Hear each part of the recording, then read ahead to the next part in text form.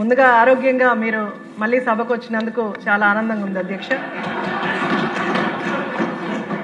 యోగా వల్ల మనకు చాలా వరకు 1 అవర్ యోగా చేయడం, ఫిజికల్ ఎక్సర్సైజ్ చేయడం, లేదా మన లైఫ్ స్టైల్లో కొన్ని చేంజెస్ చేసుకోవడం వల్ల, ఎందుకంటే గతంలో మనం చూస్తే 45 సంవత్సరాలు దాటిన తర్వాతే హైపర్ టెన్షన్ కానీ, డయాబెటీస్ కానీ, కార్డియాక్ ఇష్యూస్ కానీ వచ్చేవి అధ్యక్ష.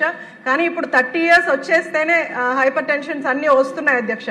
కానీ ఇలాంటి మన లైఫ్ స్టైల్ చేంజెస్ చేసుకోగలిగితే మనకు హెల్త్ బెనిఫిట్స్ ఎక్కువగా ఉంటాయి, ఇలాంటివన్నీ రాకుండా ఉంటాయి అధ్యక్ష.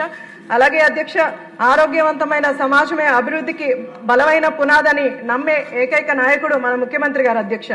అందుకే ఆరోగ్య రంగానికి అత్యున్నత ప్రాధాన్యత ఇస్తూ ఈ ఆర్థిక సంవత్సరంలో ఆరోగ్య శాఖకు ఏకంగా 13,306 కోట్లు కేటాయించడం జరిగింది అధ్యక్ష. ఈ రాష్ట్ర బడ్జెట్ లో 5.8% ఆరోగ్య దానికి బడ్జెట్ కేటాయించినందుకు చాలా సంతోషంగా ఉంది అధ్యక్ష. అలాగే గతంలో 2023-24లో దాంతో పోలిస్తే 30% అదనపుగా మనం ఈరోజు కేటాయింపులు చేయడం జరిగింది అధ్యక్ష. అలాగే విద్య, గ్రామీణ అభివృద్ధి, దాంతో పాటు 3వ స్థానం ఆరోగ్యానికి ఇవ్వడం మన కూటమి ప్రభుత్వం, అలాగే మన ముఖ్యమంత్రి గారు ఆరోగ్యానికి ఎంత ప్రాధాన్యత ఇస్తారో మనకు తెలుస్తుంది అధ్యక్ష. అలాగే అధ్యక్ష, గత ప్రభుత్వంలో ఏకంగా 6,486 కోట్లు పెండింగ్ బకాయిలు ఉంటే అవన్నీ కూడా ఇప్పుడు కూటమి ప్రభుత్వం వచ్చిన తర్వాత ఆ బకాయిలన్నీ కూడా చెల్లించడం జరిగింది అధ్యక్ష.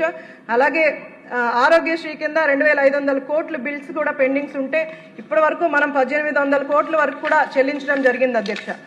అలాగే అధ్యక్ష, మనందరికీ తెలుసు, శాసనసభ్యులు అందరం కూడా పేదవాళ్ళు ఎవరైతే హాస్పిటల్ ఖర్చులకి అటు పొలాలమ్మో లేకపోతే అప్పులు చేసో హాస్పిటల్కి పెడితే పేదవాళ్ళకి అండగా నిలబడడానికి గతంలో సీఎంఆర్ఎఫ్ వల్ల చాలా మంది లబ్ధిదారులందరూ నష్టపోతే ఇప్పుడు మన సీఎం గారు దగ్గర మా నియోజకవర్గానికే 4 కోట్ల పైగా సీఎంఆర్ఎఫ్ చెక్కులు మనం పంపిణీ చేయడం జరిగింది అధ్యక్ష.